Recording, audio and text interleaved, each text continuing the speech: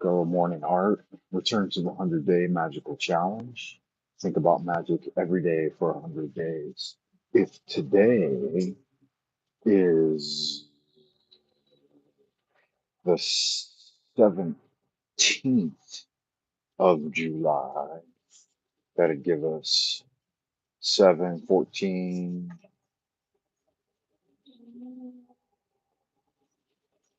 28, about 30 there, about 30 there, and another 30. Let's see here in a second, guys. Let's see what that project us out into. Another 30 there. So somewhere up towards the end of October. Wow. So right around Walpurgis night. Yeah, so let's begin again. Because I am Finnegan. Welcome to the show, everyone. This is the Frank Monday channel. We're doing another live jive archive here at the temple. I'm trying to get myself a coffee together. Thanks to a recent purchase by a supporter, one Monsieur Tiedrick out in Happy Land has been firing off the big guns over at buymeacoffee.com. Once again, that address is buymeacoffee.com/Frank Monday for all the behind the scenes documents and photos that I care to upload right there. Coffee. Yeah, get yourself a coffee, good cup of coffee first thing in the morning. It's not actually first thing in the morning for me though. I've been up doing some journaling and some drawing. This is the direction of my pièce de résistance that will accompany my magnum opus. It will be the cover art. We've got some tatawas here. If you've ever focused on those, then you should draw them out, make talismans out of them, and use those in your spiritual work. So there's nothing wrong with that. Um, we do have some other things we've been working on recently, such as a good lithograph of the seven principles of truth. And I quote, the great work is before all things creation of man by himself. That is to say, the complete and total conquest of his faculties and his future. It is especially the perfect emancipation of his will. So we have that there. And then we should always try to keep in memory the seven principles are mentalism, correspondence, rhythm, vibration, and polarity. So vibration, polarity, and rhythm, I think, is the correct order. Cause and effect, and then gender. We'll work on those more later. Make sure all of that's correct. We've got meditative practices for getting into dreamland, an entire pamphlet here that I've been working on. I'm not sure the inner workings, but I will show you the cover there. Dreamland. Um, Looking for the channel updates here that I had on this morning. Oh, all right. Well, those things are in the throes of being worked on. Wow, I really like how that darker kind of paper looks when you work on it with gouache. They say gouache is the way to go. Gouache on like um, wood panel, I think is the answer for me. That's the way I want to go. Gouache on wood panel. I had all that organized, but there you go. There's the cover of the magnum opus, so to speak. We're already 5 minutes in, guys, and nobody has showed up from the pre-stream coffee time. That's okay, because we're just getting things together here. It is a hot one in Twilight Zone Old Peking today, Central Kingdom of Celestial Dragon. Welcome, wizard, warrior, wayfarer, and wanderer alike. This is another live jive archive from Twilight Zone Old Peking. deep within the heart of the central kingdom of the celestial dragon. Frank London coming at you on what appears to be Sunday, I believe. Yes, indeed, sir.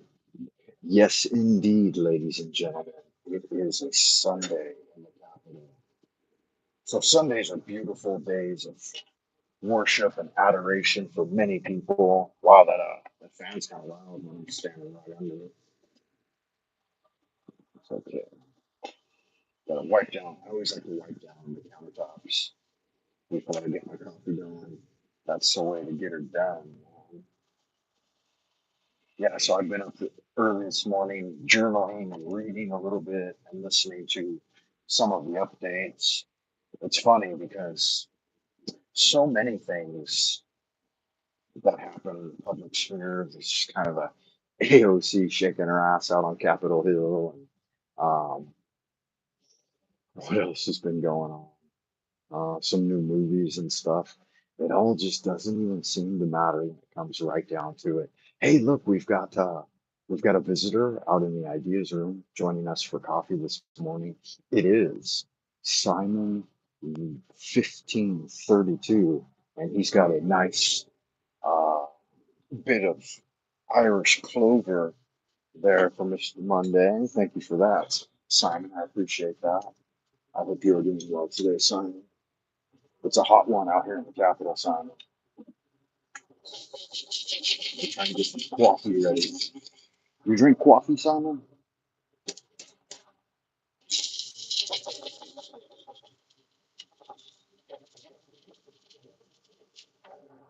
There have been some great thinkers throughout time, man, with that old dark black gold Arabic bean, Arabica, started making its way into Europe.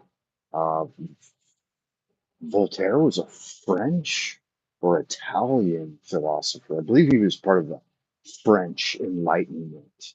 And Voltaire said it's rumored that Voltaire had 70 cups of coffee a day, that he was literally pressing out and brewing espresso, or maybe he had someone doing it for him, probably an assistant, but he would take 70 shots of the black gold per day. He loved the stuff, man. He lived on it.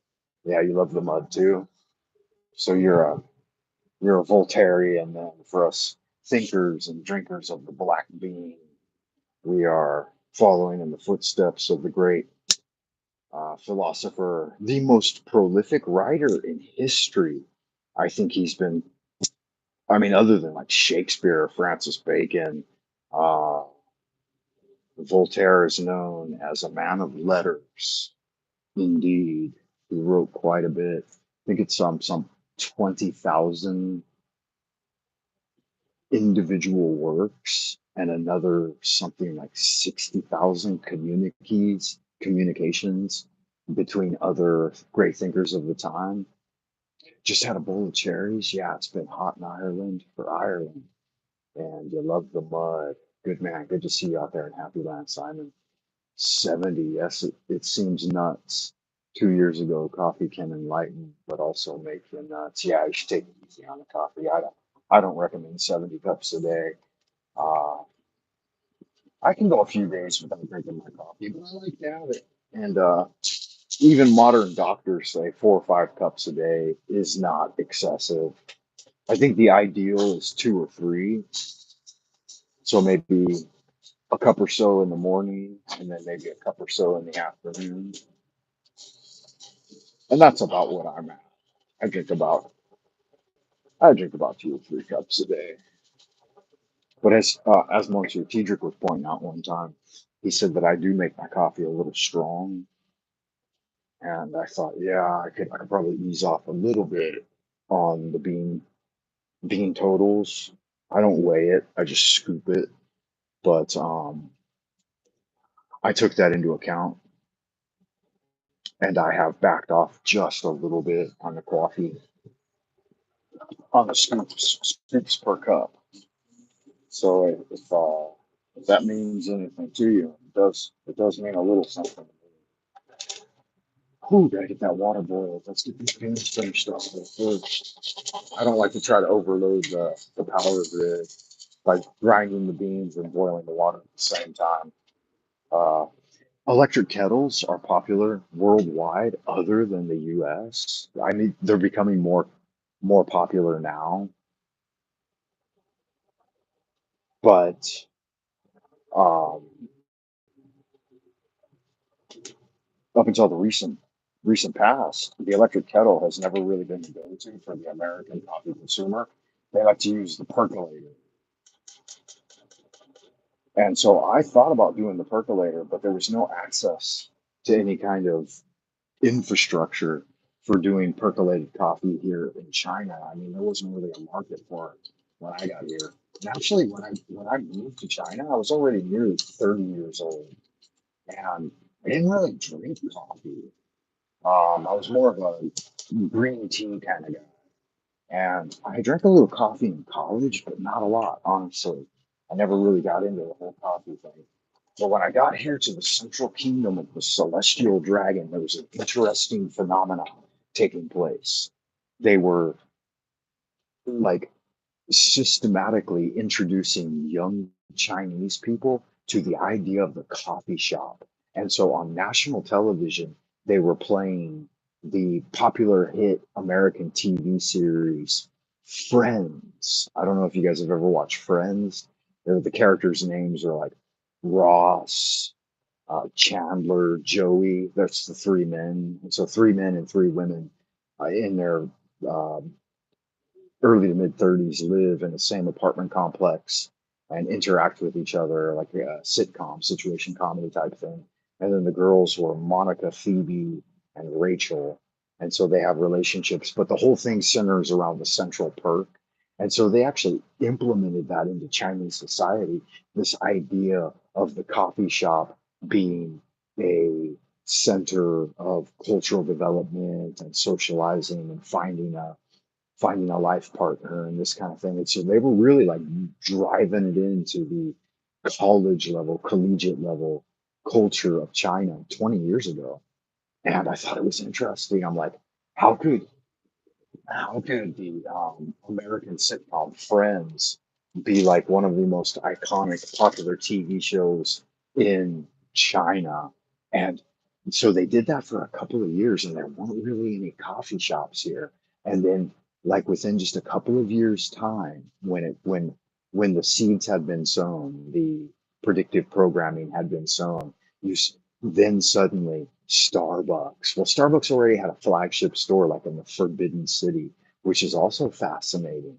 So they worked to integrate coffee into their national culture by using Americana. And I watched the whole thing play out.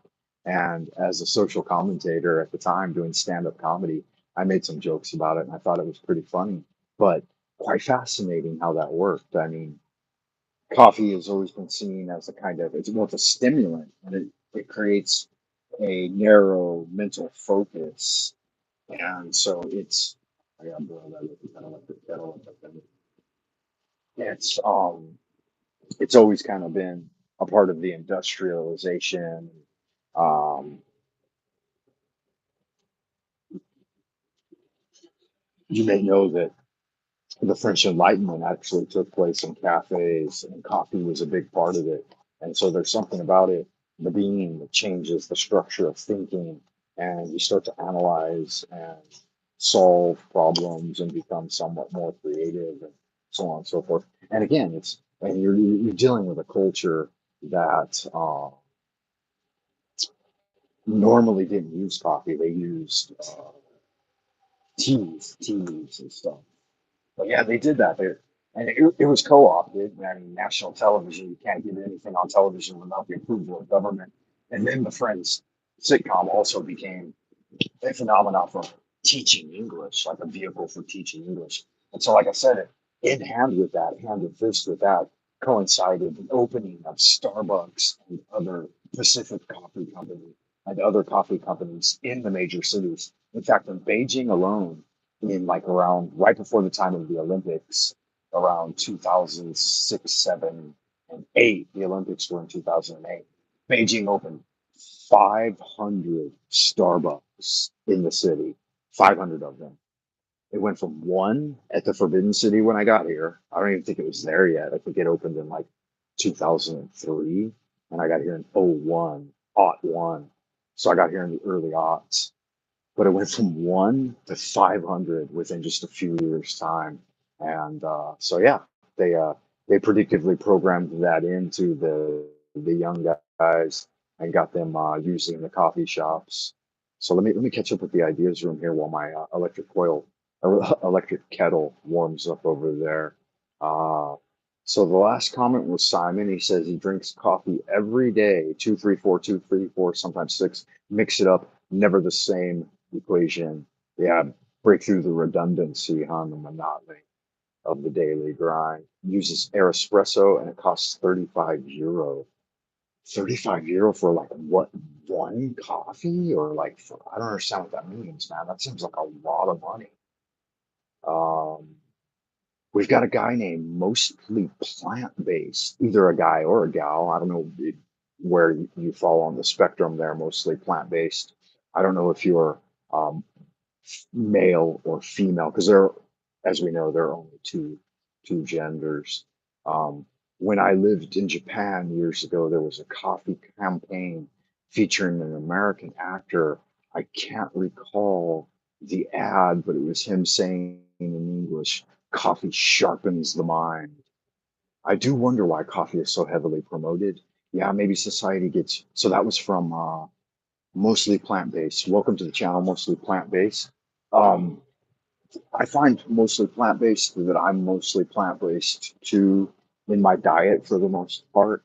Like last night was kind of a big deal on proteins. We went, me and the wife and the kids went to a Hunan restaurant after we had a nice walk in a lovely forest park.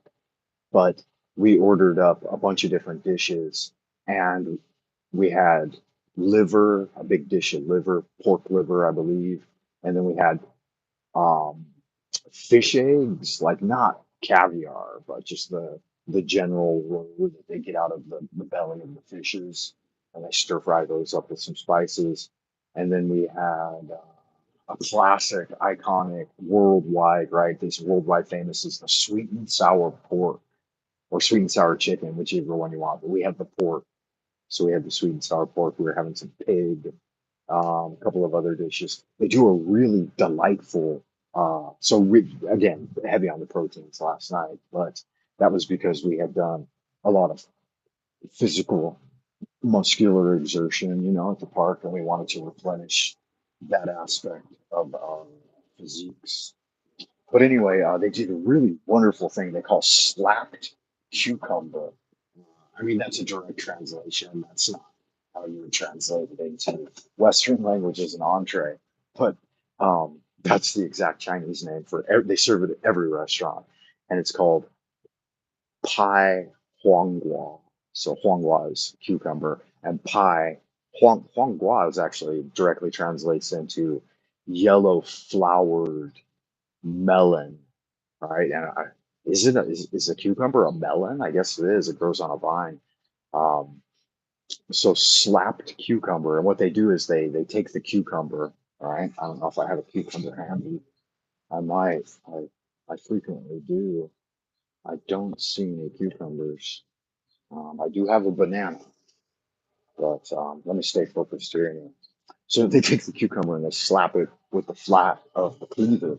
In the Chinese kitchens, you always you use a cleaver for nearly everything you do, right? So like this is the mainstay of the Chinese. Um, yeah, fish eggs, man, pure protein. My wife loves them. She loves to eat the seed, right? Eat the eggs. This is the mainstay of the Chinese kitchen is the cleaver. Like this knife gets used in every every kind of preparation, just about. I mean, it's seldom that you'll turn to like your classic case knife, or some call this a butcher's knife. It's not a butcher's knife though. That cleaver is more of a butcher's knife, or you might use a paring knife, or like I said, it's rare. We use ceramic ones now because they're much lighter. But what? Oh, the point of the story. Damn it! See, I got distracted again. You take the huanghua and then you smack it with the flat of the cleaver to break it up a little bit, and then you slice it into chunks, and then you mix it with variety of herbs and spices. Typically, a hot a spicy chili oil like this. We make our own chili oil. You dry out the chilies, you grow them up and then dry them out, and then you stir fry them. You boil them in oil, literally, and then the oil becomes infused with the chili, and so you'll mix it with this and a little bit of a little bit of sea salt, and then yeah, God, stuff's delicious. Um, and then what? Some fresh sliced peppers and garlic. Garlic's essential, and you do the same thing with the garlic. You slap it with the flat of the blade, and then dice it up. And these guys made a pie huanghua yesterday that was just fucking dynamite. I mean, it's one of the best, most refreshing pie huanghuas that I've ever had in the city. And this was like a really ghetto ass little restaurant, uh, little mom and pop shop. The husband was in there cooking, and the wife was out there waiting tables. And I love that type of thing. It's hardworking people that get shit done. And the chef, the dad or whatever, had a couple of daughters running around, 2 3-year-old daughters, 2 or 3. I think one might have been as old as 4 or 5 or something, but he had like 2 or 3 of them. I think he had 3 kids, all girls. And it reminded me of a friend that I had back in the States who was a restaurateur as well, another Chinese fella. But I had to go into the kitchen and thank him for his wonderful cooking and attention to detail. And I said, man, you got it figured out. You know your flavors, because everything was like every dish was perfectly balanced and cooked to perfection. And he was cooking, it was just him. And he was cooking for, I think he had about 5 tables at the height of the evening meal rush. And we ended up spending about 250 RMB, which is that's not a small sum of money in China. But we had some. I had a beer, which is rare, a rare treat. I don't drink much beer anymore. Um, oh yeah, oxtail soup. Good God, man, that's a treat right there. I love me some oxtail soup. I eat it at least once a month, maybe a couple times a month sometimes. Though there's a restaurant. It's about halfway across town. It's where my wife's maternal grandmother lives, or where she used to live before she passed into the abodes of the night. But there's a little Hunan. For some reason, my wife's family really likes Hunan food, very spicy. But they make an oxtail soup with parsnip. I don't know if you guys eat or have eaten the white turnip, but this is a family favorite among Chinese folk. It's basically like a large um, radish, white, kind of a once you boil it in soup, it's just soft and a mellow flavor. It has kind of a unique, almost creamy kind of vegetable flavor. Yeah, they call them bai luobo. So luobo means turnip, and then bai is white. So the bai luo, is that called a daikon? Not familiar. A lot of these things, interestingly, guys, I don't know if you're familiar with my background, but I'm from the US. And almost all of the Chinese dishes that I've learned over time, even since I was a teenager, I learned about in the Chinese language. And I'm not always taken the time to look them up in the dictionary and figure it out. I just know this is what it's called in Chinese. I learned to write the character or whatever. So I know how to order it in a restaurant, but I've never really felt compelled to figure out, well, what's that called in English? Because for some reason that's just never really concerned me. Sometimes it has, like in teaching English as a foreign language, but I mostly teach them about Western culture, and therefore Chinese cuisine isn't really going to come in a lot. But I encourage them. like, students and stuff to do that work on their own. They often, at times, they'll try to treat their teacher as a living dictionary, especially when they find out they speak fluent Mandarin. And so they'll be constantly asking questions, such as why in the beginning they always do this. How do you say this? How do you say this? Which in any language, right? Like como se dice in Spanish. For example, uh, agua, como se dice, or so you'd use the English word water, como se dice en español. How do you say it in Spanish? But the Chinese for that is 这么说. So they're always saying, hey, jigga nigga dung dung, 这么说, this, that, and the other thing. How do you say it? And I say, I don't know. I'm not a living dictionary. Look it up, and then you tell me. And you come to me and try to string together a coherent sentence using the new words you learned, and then bolster your.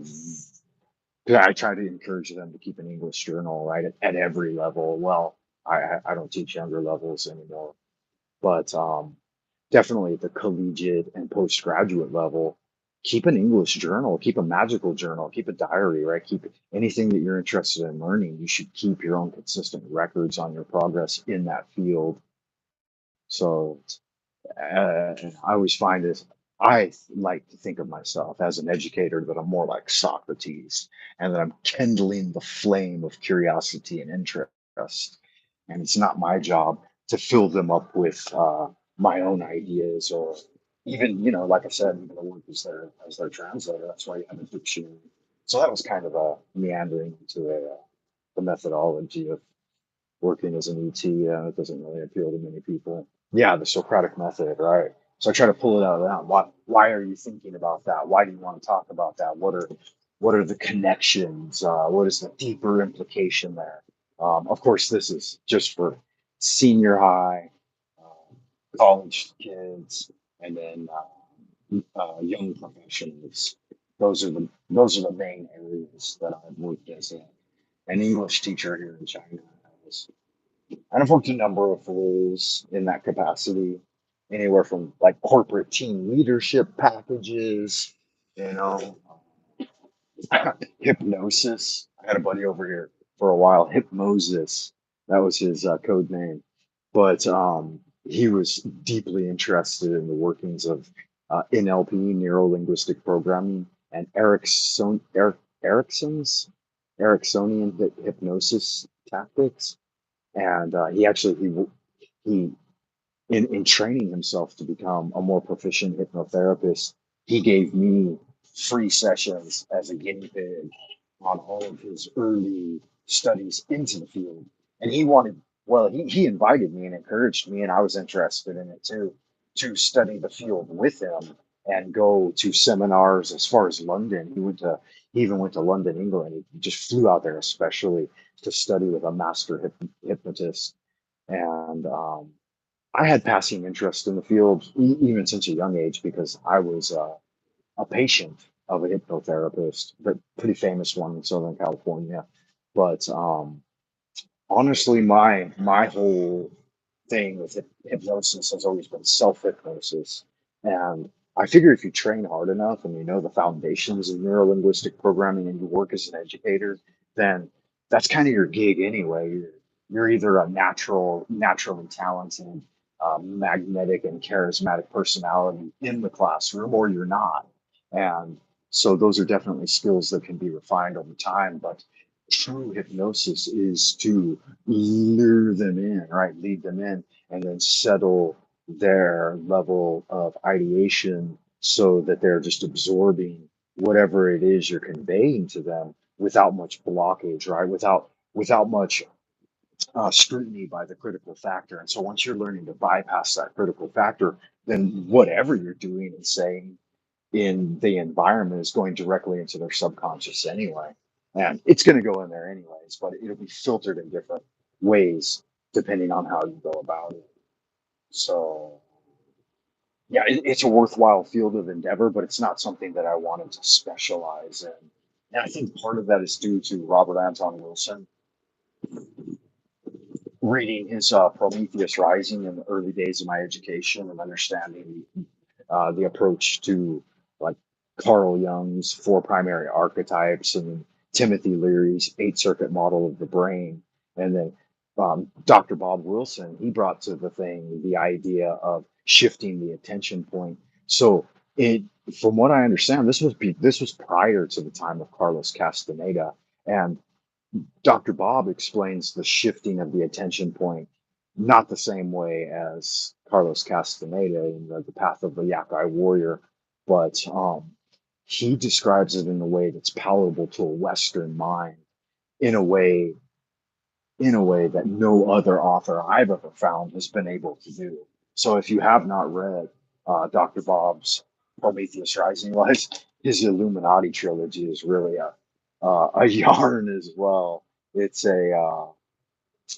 a jaunt into the super sensual paranormal realms that are on the direct periphery of our own, right? So fun stuff to be sure.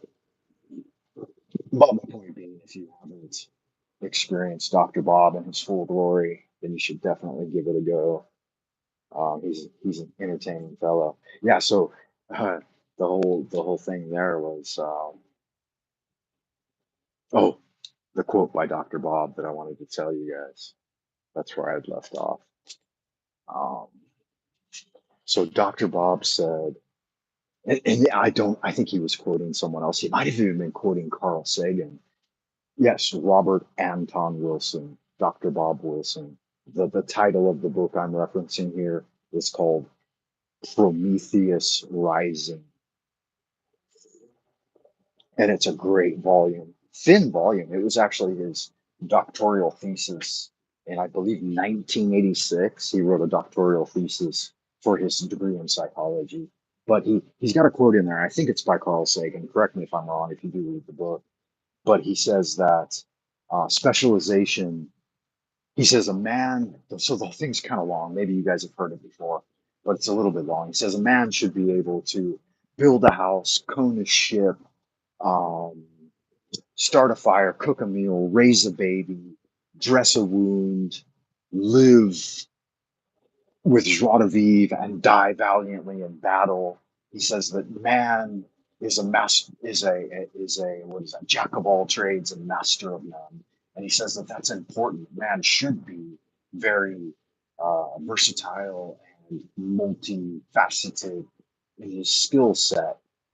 And then the end part of the quote is that specialization is for insects. So he's comparing, there's an illustration accompanying of a ant, right? A colony of ants doing one task over and over and over and over and over and over again. And so, like drone ants, they do this one task, and that's all they do. They build tunnels. And there's ones that build tunnels, and that's all they do. And then there's ones that go out and retrieve food, and that's all that they do. And then so he's like, I don't know if he gets into like an ant colony, but it's got an illustration of an ant. So that one image of an ant packs that whole understanding. If you understand an ant's colony, which I don't really, but I do have a vague impression of what's going on with ants, and I do know that ants and bees and stuff, they've got like the worker bees and stuff. Yeah, so specialization is for insects, right? I mean, come on. We got to do all kinds of stuff. Like, look at me here. I'm here making my coffee. I'm having a cigarette, but I've got to do all of these tasks. I've got to clean all of these dishes and then prepare food. I got to wash all these vegetables and slice them and then cook them as well. In addition to that, I've got to be able to help direct my kids in their education, and I've got to chop firewood. Well, I don't have to now, but if you live in a rural setting, so you imagine if you lived in a rural setting, how many variety of tasks you would have to do. You have to pilot a vehicle, drive a car. I got to teach English classes, so I have to do lesson prep on that. I got to do research, and you guys get the picture. Anyway, let me check the ideas room, see how you guys are doing out there. Um, yeah, so the Socratic method is definitely the foundation of my own researches into the material sphere while living here. Yeah, add it to your reading list, mostly plant-based. And I do believe I've seen you in the past, but it's been on rare occasion that you join the ideas room here for a temple transmission. Um, Simon says that's why society can't see what's going on. PhD heads walking around with specialization degrees, making them know nothing. Yeah, Dr. Bob was definitely a voice in the early Southern California community of great thinkers that kind of broke the mold. He wasn't, if you read Dr. Bob, you'll realize that he had no agenda other than raising the intelligence level of humanity. His work, I think, is a certainly a valuable contribution to the field of psychology. But I mean, I read it for the first time as a kid, like 13, 14 years old. Of course, I didn't understand any of it at that time, but it left such an indelible impression on me that I kept reading it again over and over again, year after year, for 30 plus years now. And I've always had a copy of it on my shelf. I've bought at least more than half a dozen copies and given them away to friends. I've got an electronic copy on my iPad right now. It's probably open. You never know. Um, it may in fact have been the last book that I referenced recently. Um, but he's got an entire series of novels that he wrote, and he wrote them all as studies into these areas as novels rather than. Let me see. So I hit the iBooks button. See if it's open. iBooks novel. He wrote them as novels and studies into metaphysics. Wow, this thing is out of power. I need to charge it. Mm, there you go. It's the book I had open on my iPad, and I haven't looked at it in a few weeks. But it just happened to be the very book.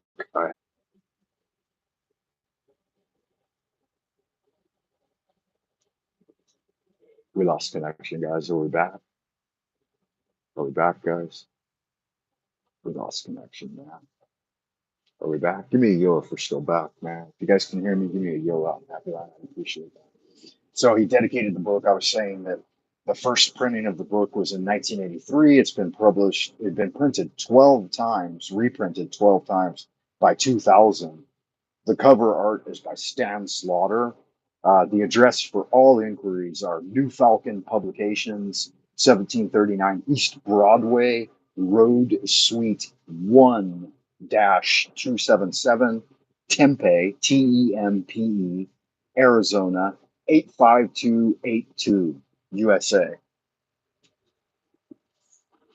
But yeah, I was saying that he dedicated the book to Timothy Leary and William S. Burroughs in memoria, acknowledgments for Leary's eight circuit model of consciousness, R. Buckminster Fuller's general sociological technological perspectives on current problems, L. Ron Hubbard's wife, Barbara Hubbard, Alan Harrington, Dr. Paul Watzlawick, Dr. Eric Bernay, Dr. Paul Siegel, Dr. Israel Regardi, Alistair Crowley, and others, the members of the Physics Consciousness Research Group, so on and so on. None of these persons are responsible for my mistakes or my overstatements.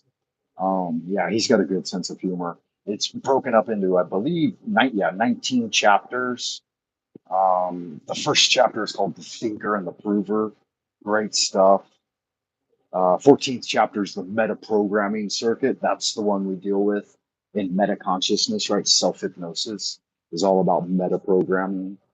So different models and different muddles. Really, really good stuff, man. The snafu principle, quantum evolution, the non local quantum circuit.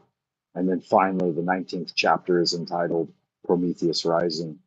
Starts off with a quote by Avida: "Screw the government," from Legends of the Fall, and "Screw the middle class."